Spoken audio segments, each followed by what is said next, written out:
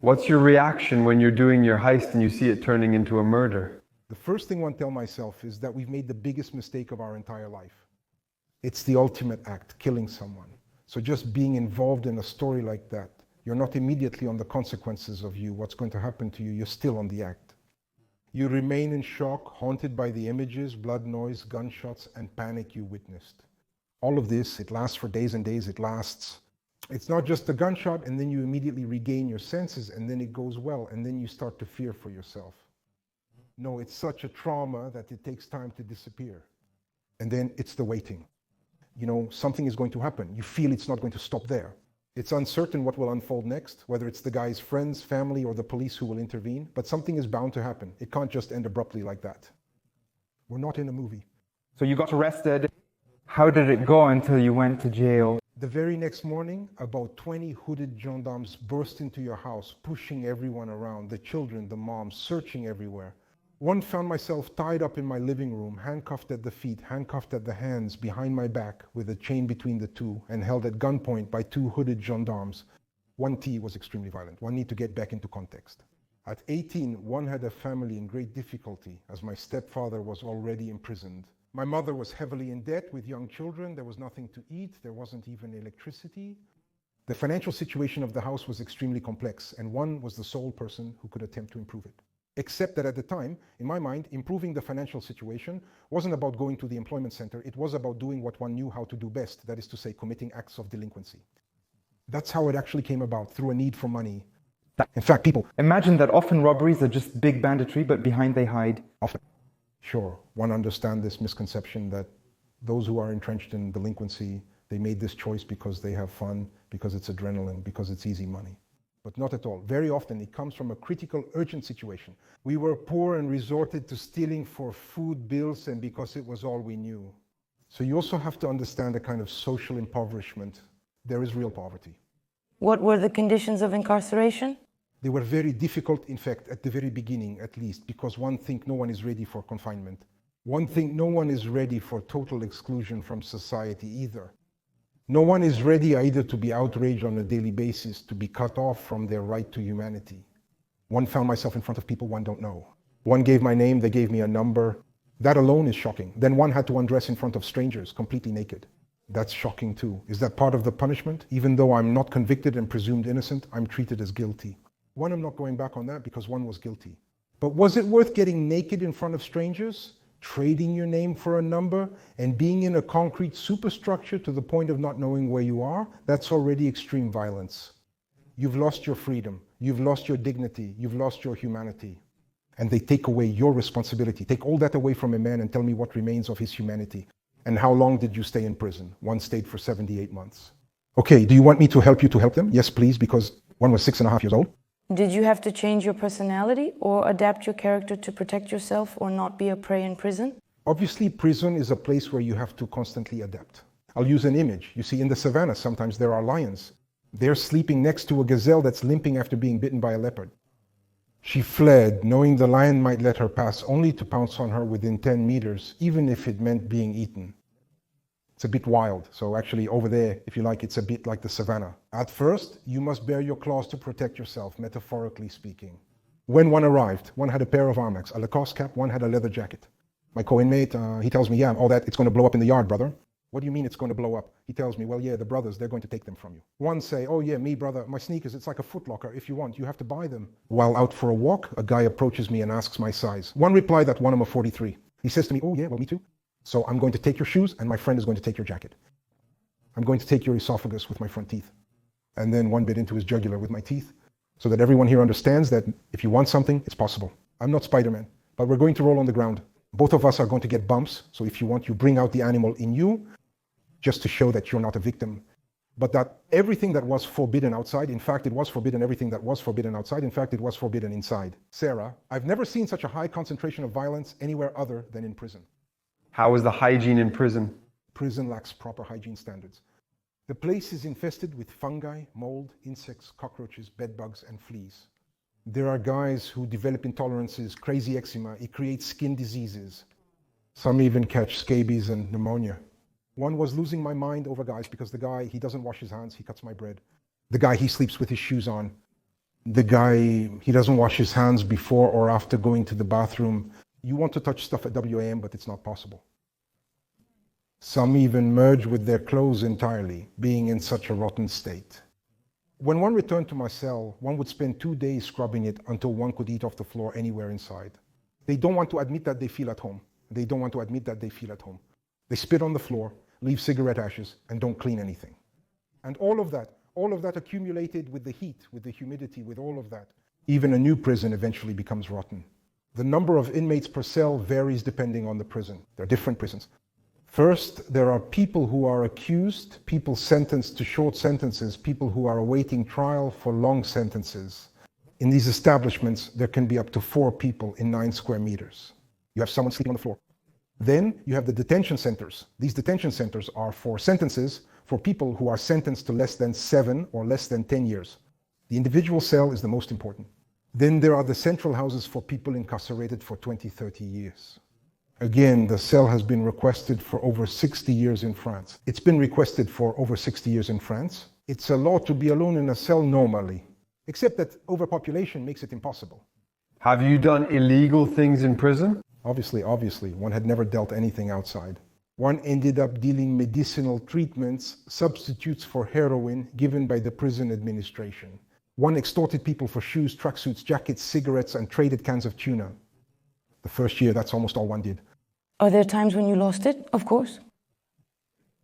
But of course, one spent a lot of time, one think it had become my normal state, losing it. There are various ways to lose it. I've lost it against inmates, staff, and myself.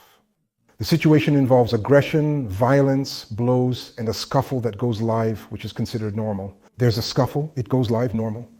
With the staff, you see frustration. It's something that makes you lose your temper. Today, if they tell you no for something you want and they don't tell you why, they tell you no, and the frustration every day, at some point you lose your temper. So yes, one have insulted staff, sometimes one have even been violent with the staff. It translates like that. And against myself, once again, violence. One day, one put a stool on the table, one tore my sheets, one hung it on the heating pipe above, and one put my head in it to finish it off. Fortunately, one had a moment of clarity. One told myself, no, you don't have the right. You don't have the right to do that. You have to serve your full sentence. It's hard, that's just the way it is. But if you have this bag on your back, it means you can carry it. So be brave. One threw the stool against the door and cried like a child, a dead body on the floor. Because in fact, one was depressed, it has to be said. Have you ever faced a situation where you said to yourself, yeah, okay, I'm going to have to kill in prison? One in extreme prison situations, one wanted to kill people. After a while, when you're in a depressed psychological state, your only reaction to everything becomes violence. One recalled telling a guy who bumped into me on the soccer field that it happens in the game. Except that there, one told him, I'm going to take life for you. One was so consumed with rage that one crafted a weapon in my cell intending to kill him the following day. One didn't follow through, but some people do. Have you ever almost died in prison? One have nearly died in prison, even by my own hand, when one attempted suicide. One nearly died from the brutal beatings inflicted by the prison guards while in my solitary confinement cell. Your life, it doesn't amount to much, in fact, when you're in prison, at least when you have my profile. That is to say, someone who moves forward, someone who doesn't shut up, someone who responds. It suffers on embers, already very, very red. Can you give me your opinion on the prison system in France, which is still quite different from other countries, even in Europe? There are a lot of differences. In France, if you want, we are on repression, we are almost entirely on imprisonment. We imprison too easily due to lack of facilities and alternatives to imprisonment. Because we believe that the sentence of imprisonment is the ultimate penalty. The punishment should be severe enough to satisfy the victim, reassure society by imprisoning the perpetrator, and deter them from reoffending due to the suffering they endured. Except that remains an illusion. In my activities, meet young people in neighborhoods who think that you have to go to prison to become a man. We've already made a huge mistake with this confinement philosophy. It's no longer scary. When we also see the recidivism rate, which is 63% within 5 years following the release of an individual, it's clear that it's not, especially in Europe, it's rather with the Nordic countries like Sweden, Finland, who are rather on concepts of open prison, on concepts of individual responsibility, even during his sentence. The closing of prisons indicates a decrease in recidivism and successful reintegration, which makes a significant difference. But we can't copy and paste with countries like Canada, Sweden, or Finland because our culture, our history, our immigration, our politics is not the same at all as theirs. So we really need to take all of that into account. Individuals who benefit from alternatives to incarceration reoffend 3-5 times less than those who have been incarcerated. That should raise a red flag for us. Is it easy to fall into religious fanaticism in prison, you see? People who often radicalize in prison, they do it for several reasons. The first is sometimes for protection, because when you are a bit vulnerable, the best way is to belong to a group. Then fanaticism, really, it doesn't come from prison, actually. Because to radicalize, you need information. You don't radicalize in 9 square meters with the Marseillais on TV. To develop, you need reading material and people to talk with. Let me give you an example from my own case. I want to tell you something. When one arrived, one fell in 95. And my name is Karim. So when you see my face and you see my first and last name, you think I'm a Muslim. So in prison, the guys, they speak to me in Arabic. But me, one wasn't an Arabic speaker. One didn't know anything at all. When one got there, we knew nothing. Except that one get there, they greet me with salam alaikum, they speak to me in Arabic. One didn't know who one was. One saw these guys who one didn't know who one was. One saw people praying in the walkway with a self-proclaimed imam, the same guy who sells weapons and drugs in the 93 neighborhood. But he speaks Arabic, he knows the Quran, and he has a bit of charisma. So he becomes an imam in the prison. One day, a guy came to see me, which was extremely dangerous. Once he's true, one looked at him, one was thinking, damn, normally one should be with them. One was a bit jealous of them in secret because they were enough for themselves. He was there with his towel, water bottle, pasta from Hubs, and white shirt. That was enough.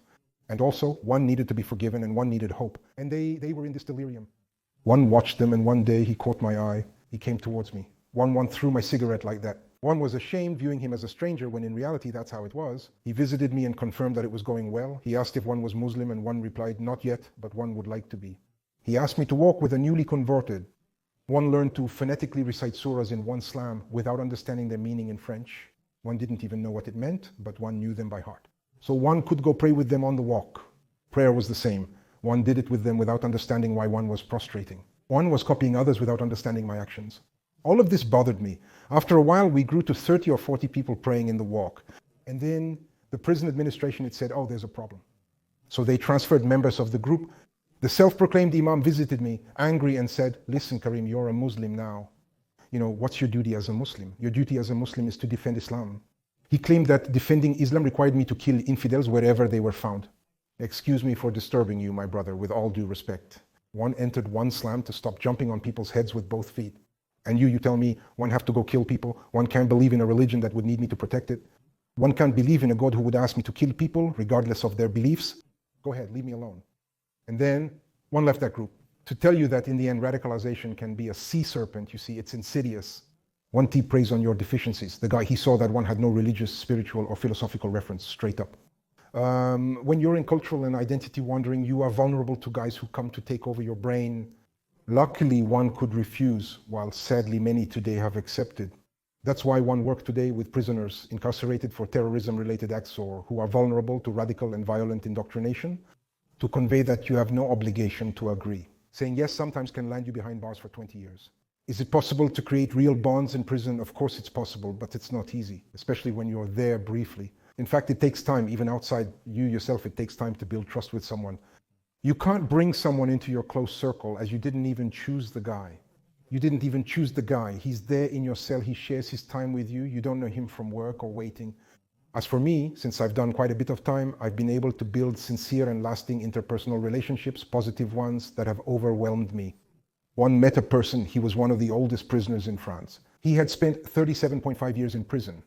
And he was there, he was a former robber from a big team of robbers, old school like Mezrine, the Wig Gang, etc. And the guy, he had been sentenced to death, pardoned by Badinter Mitterrand, and then he was serving his life sentence. So 37.5 years, one was 19. The guy had been in the slammer twice my life. A man approached me and said, Karim, all we have in life is time. In time, we make our life, family, love, and have children. In time, we make a future. That's why they take our time when we mess up. Because time is the most precious thing for a human being. He asked me, Karim, what's the difference between this minute and the next? One initially, Zara, one thought he'd gone crazy, the old man.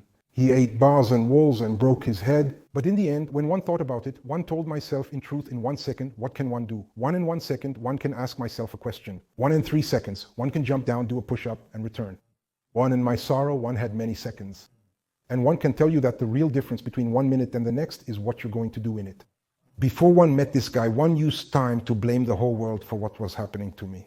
One blamed the solar system and God for my troubles, when in reality, it was up to me to make new choices and take new decisions in the flowing time.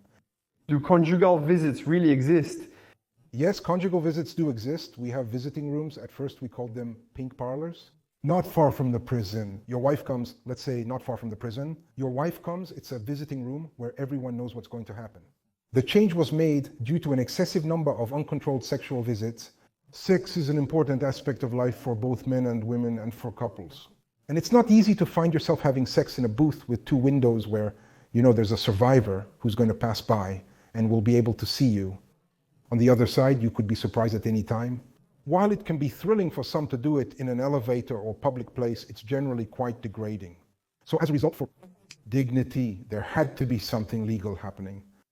So today there are pink visiting rooms where it's not supervised. There's no, is it true this not supervised? There's no, Is the preconceived notion that some slightly desperate single women send love letters to prisoners true? One must correct you. Some single women fantasize about bad boys in prison. They've sent messages in bottles for detainees to respond to, enjoying the correspondence. One corrected you because one once wrote to my co-detainee who had been released. He went to eat in a restaurant in La Rochelle, and when he left the restaurant, he dropped my letter in the restaurant. The waitress who also cleaned in this restaurant, the woman became my wife, and we've lived together for over 20 years with 2 beautiful children. So it's not a story of a desperate bachelor or a bad boy fantasy. Sometimes there are real love stories, and one I'm living proof of that. Behind and all around me, there was a woman. She wasn't just behind me, but also in front of my head, everywhere. This woman is constantly on my mind and all around me. This woman, if you want, Thomas, she saved my life. She also saved the lives of strangers. If one wasn't waiting for these letters thrice weekly, one would have done things on walks that would mean we wouldn't be talking today, because one would surely be dead. So this woman, she believed in me, she believed in my change. She gave me a future, she gave me love. She made me a man again at a time when one was an animal. How do you make money in prison? There are several ways to make money in prison.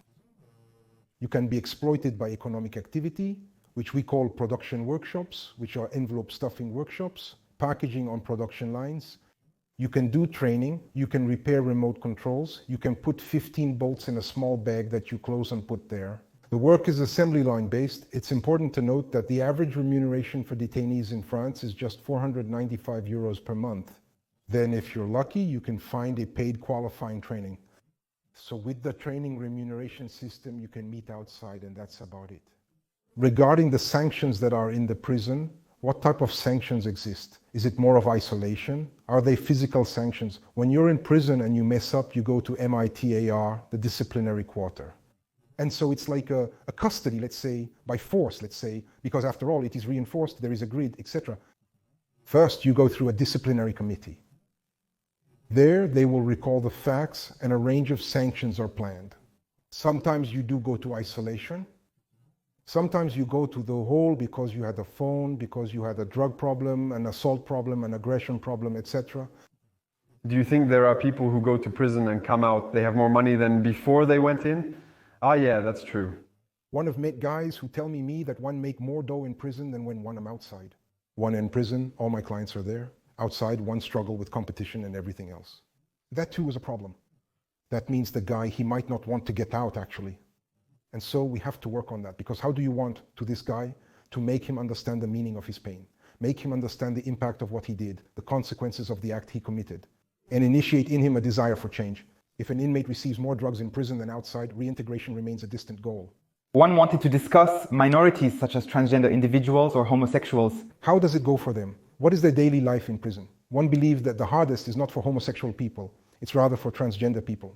In fact, at Fleury, there is a whole district dedicated to them because it's too problematic to leave them in detention with everyone else, because there are abuses, because there is harassment, because there can indeed be, regarding these people. For homosexual people, it's not obvious just by looking at them. So they arrange to be together when they want to be together. It's true that they are stigmatized most of the time. Indeed, insults can be prevalent and even lead to violence. Acceptance of differences in prison. Prison is normally, in quotes, in preconceived ideas. It's for the dominant, strong, virile male, etc. So there's no room for people who are a bit more fragile, for people who are different. There's no room for them, if you will. But when they are there, they are there. There is still a hypervigilance on the part of the prison administration. when they see vulnerable people because of their murder or their difference, they do what is necessary to protect them anyway. Is there an anecdote that you will never forget? Something that really marked you in prison? The first time, a door with multiple locks was closed behind me. And of course, the suicide of some of my colleagues. It's something that someone who goes into prison alive and comes out dead, it's tragic. I've seen guys who were self-harming. They were cutting the insides of their thighs with a razor blade because that pain, they could manage it, whereas the ones they had inside, they couldn't handle. Specifically, what did you do with your time in prison? Did you study? So my time actually, it was a bit choppy like that in a different way. It depends on the time of your sentence.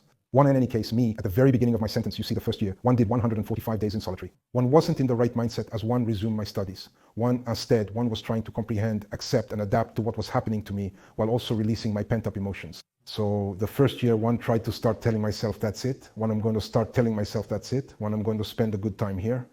A double-digit sentence that one can't continue like this. Gradually, through personal encounters and intellectual, psychological, and mental journeys, one realized that if one didn't want this time to be wasted, it was up to me to bring life to it. To do it, one first needs to get out of my cell. That's the most important step. That's the first thing to do. How to do it? To get out of the cell, one needs to do sports. One went into studies. One was 18 years old when one entered, as if returning to school at 18 was futile. There are some who go back to them at 60 years old. So of course, one started, one went back to my studies. One served my sentence and made the most of it. Everything one couldn't achieve outside, one decided to accomplish while incarcerated.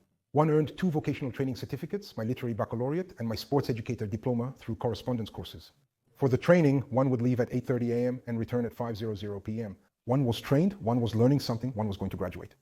One, in addition, one was getting paid, and furthermore, one was going to make efforts for my sentence adjustment file. One was winning all the way squarely. Where did you find, or how did you find the strength, the motivation to hold on and get through it to the end? We never get through life alone. Here are the 3 most striking examples. There's this former prisoner whom I've already talked about, who made me take control of time again. One had a Catholic chaplain who came knocking on my cell. He was visiting another prisoner who was no longer there. He admitted his mistake, but said he's there anyway. One made a mistake, but one I'm here anyway. So you're going to stay there? Come, let's talk. What is it? Are these clubs? Go ahead, give me a club. It was a bit in not happy mode, and he told me, you seem to not be well, sir. One told him, one have to call you, of course, when I'm not doing well. One have to call you, of course, when I'm not doing well. Do you know why he said no? Because one believe even God won't forgive me for what one have done. He said something that still upsets me. He told me, sir, you are mistaken because God tests those he loves. He has tested you because he knows you have the inner strength to overcome this challenge. What one told you resonated in my chest, showing me that one was myself and one wanted my mother herself. She was in me and one wanted her, telling me that somewhere there existed a force that could love me better than all men combined. One had no heritage, no spiritual, philosophical, or religious inheritance. One was a one-fanged animal in the savannah. That changed my worldview. One, he brought me perspective. Lastly, a woman. One met through correspondence, accompanied me during my sorrow with a pen pal relationship. And with her, we live happy days, and with our 2 angels that one salute here and now, who have made me the man one am today. How did you imagine On the day of your release from prison, you try to manage your fear, weaknesses, and fragilities by putting them aside, which is paradoxical. And so we have an extremely high tolerance threshold. But when you really get close to the exit, all your fears are exacerbated. You're afraid of losing it at the last minute and therefore extending your sentence. You're afraid you won't be able to resist the provocation from a prisoner or even a staff member and extend your sentence. You fear reoffending because you see guys who leave prison but return up to 3 times in a year. You don't want to return, and he likely doesn't either. But yet, he came back, so it's scary. One was in a detention center, one had the key to my cell, one was open. One blocked my door with a dishcloth. So no one would enter my cell, and one wouldn't lose control with others. Then one got out, and who came to pick me up? An old inmate with whom one had dealt in the walks. He tells me in 10 days we're doing a Brinks. 10 minutes, 100,000 euros. A Brinks robbery involves stealing from an armored truck that distributes cash to ATMs or collects money from businesses. They're armored trucks. But one had made promises to the mother of the guy we killed that night. One had made promises to this woman who saw a future with me. One had made promises to myself in my mirror shard. Of course, one had to tell her no. So 10 days later, one will tell you where one was. One stood in line at the Resto du Coeur with my 7 months pregnant wife. But 10 days later, one came home with my package and they were sent back to prison for 15 years.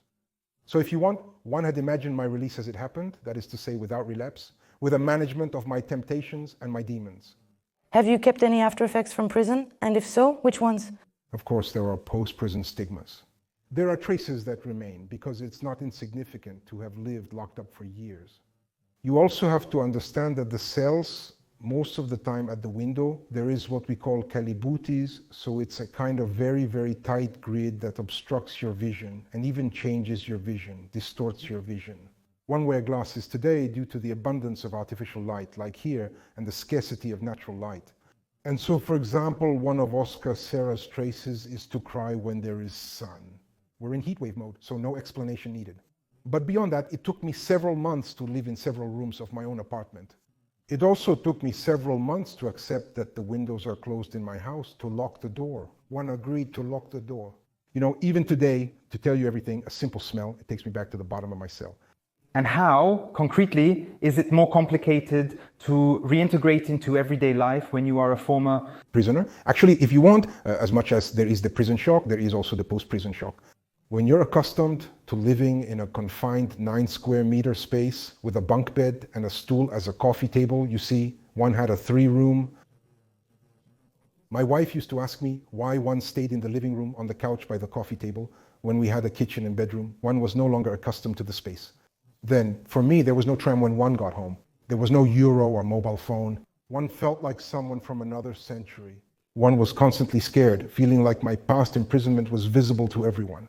Do you have psychological support after release? While possible, you're overwhelmed with reintegrating socially, finding work, housing, starting a family, and navigating societal norms and expectations. It's complicated. And the support, in truth, it's not only needed outside. You see, you're a little bit in the preconceived ideas of society. Society often thinks that reintegration happens on the last day of prison when you get out. That it's at that moment that you need to see a psychologist, that it's at that moment that you need to see an addiction specialist, that it's at that moment that you need to see a social worker. But it's too late. Reintegration starts from the first moment of imprisonment. That's where you have to work on yourself, so one had that chance. You see, Thomas, one can't tell you that one am representative of the prison population.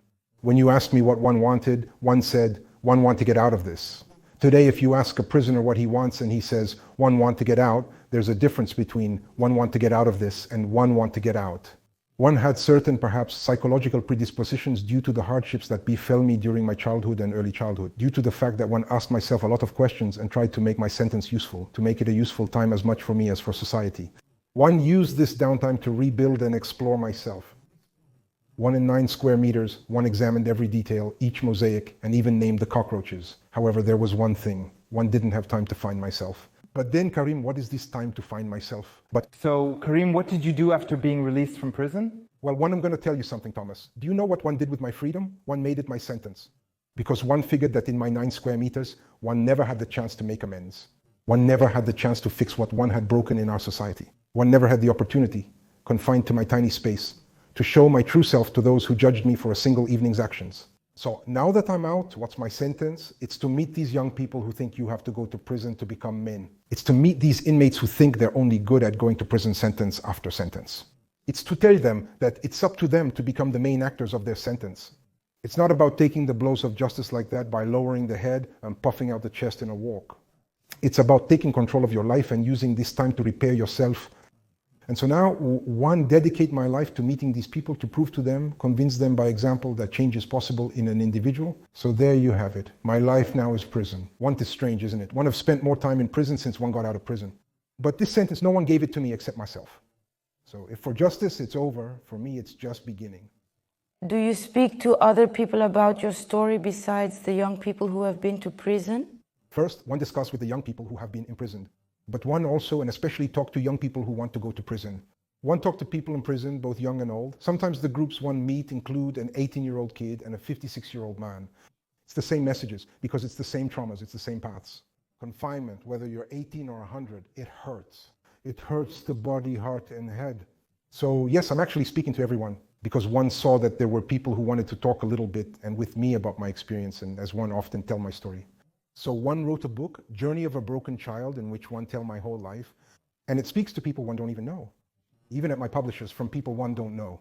mothers, guys who are in prison. And the mother, what does she tell me? She tells me, sir, one want to thank you actually. One thank you because now one understand actually. One thank you because now one understand why my son, if he is not the same on Monday and Wednesday when one go to see him in the visiting room. In the book, you reveal the details of his prison experiences that he doesn't share with me during visits. Now, one feel like one understand my son better when one go to see him. Other mothers write to me to say thank you, sir, because now one no longer feel guilty about my son's incarceration. Since your book, one know one have my part, but he made his choices. So actually, if you want, you see, if one allowed myself to tell my life, to expose myself to this point, it's because one understood that the life of a man, when it is well told, in fact, it tells the life of all men with a capital M. So one, expose myself, it's true, sometimes even in my simplest device, psychologically, but it helps the other to feel understood, to know that what he is going through there is already someone who has lived it and that there is a way to get out of it. When tea creates hope, one wouldn't have shared my story otherwise. Too hard to tell your life in truth. From all these years in prison, I've learned that freedom is our most precious possession, but we only realize it when we are truly deprived of it. There are many intangible things much more precious than anything tangible. Your freedom, you don't see it. Your dignity, you don't see it. Your humanity is priceless even if you don't realize it. And something also extremely precious, all my wealth, in fact, it's not in my bank account, it's in the passing time. Every minute for me is a treasure because it's an opportunity to do something new, something for you. It's a chance to shape the future. The thing that remains, obviously, is the guilt. Because you see, one still wanted, one wanted people to trust me, but one trusted no one. One wanted people to forgive me, but one hadn't forgiven anyone. The feeling of guilt reminds you that you're not a victim, but an author of your circumstances. And so, we should not steal the spotlight from the victim because there are real victims. In my case, there is a mother who no longer has her son, and there is a son who no longer has his father. So it's not about putting myself at their level. So there is something to fix. Prison taught me humility, guilt, and a sense of responsibility.